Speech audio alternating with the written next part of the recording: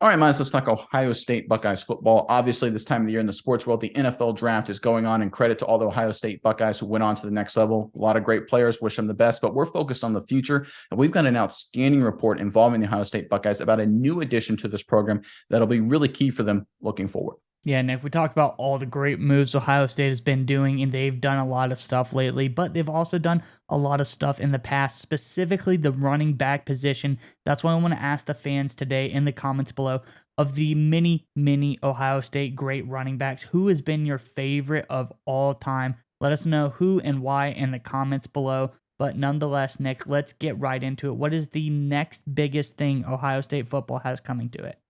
Yeah, obviously, Ohio State has done a lot of great things in the recruiting department this offseason, and we've got a report that shows that train is not stopping. If you want to go ahead and throw it up, Miles, from Scorebook Live, I'll read from it.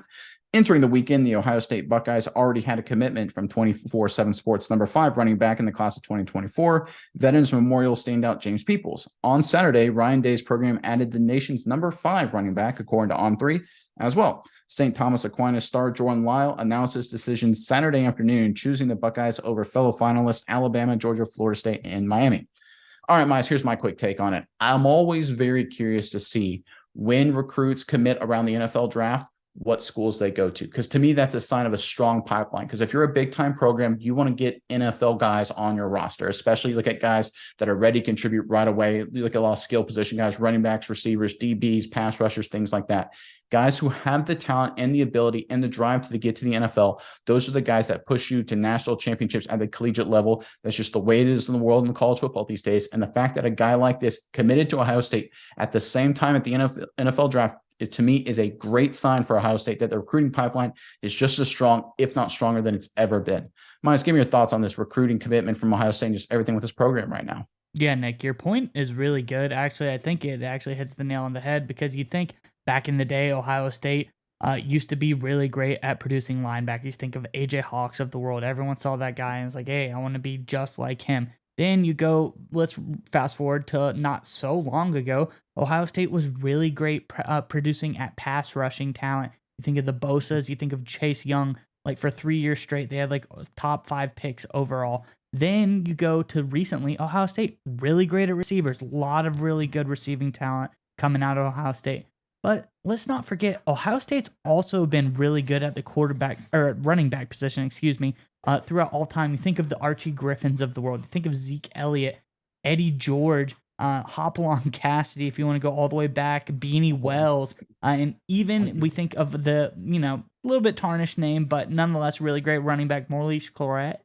There's a lot of great Ohio State running backs. So I think when a guy like Lyle, who's very highly touted, sees this long list, because all you need in college football is one really good year at the running back position, and NFL teams are going to take notice. And honestly, I think nowadays, NFL teams would like their running backs to have a little bit less mileage on them as well. So when you're in a completely stacked running back room like Ohio State has, and you're able to potentially squeeze out one really good year, that'll be good for you in the recruiting for the future. So Ohio State, they win by having lots of top tier, top end talented running backs and other positions, but the recruits also win because they have the ability to keep the mileage low and come out on top with one really good year and go straight to the NFL. Miles, that's an outstanding point. That's actually a really good recruiting tool that Ohio State can use. I think Alabama has probably used that a little bit as well, because it's one of those things where, like, well, they already have a big time recruiting commitment at the running back position. They went out and got another. How are they able to do that? Well, they're able to do that because they're leveraging the fact, because they're an NFL pipeline, and say, hey, listen, if you come be a running back for us, you're going to split reps with this guy, and that's going to help your draft stock. You're going to go higher in the NFL draft. You're going to make more money because NFL scouts, they want running backs with less mileage, and everybody wins, right? You have the running back here, he gets less mileage, gets drafted higher, and Ohio State wins because you get a bunch of all-time or potentially all-time great athletes, a lot of great playmakers on your roster than otherwise you wouldn't get. And that's an outstanding point you bring up, Miles. I have no doubt in my mind that Ryan Day and company are using that to leverage a lot of these recruiting commitments. And when you have the ability to get recruits like that, NFL talent guys, to get them to commit from, like, was St. Thomas Aquinas. I mean, that's Florida, right? That's far away. The other running back commitment is from Texas. Obviously, we're talking 1,000 miles away. That's a great sign of the pipeline of talent that's going to continue to go into Columbus for years to come. Any rumors or concerns about Ryan Day's tenure in Ohio State maybe taking a dip? If these kind of recruits keep committing, that won't happen. They will continue to stay on top of the college football world.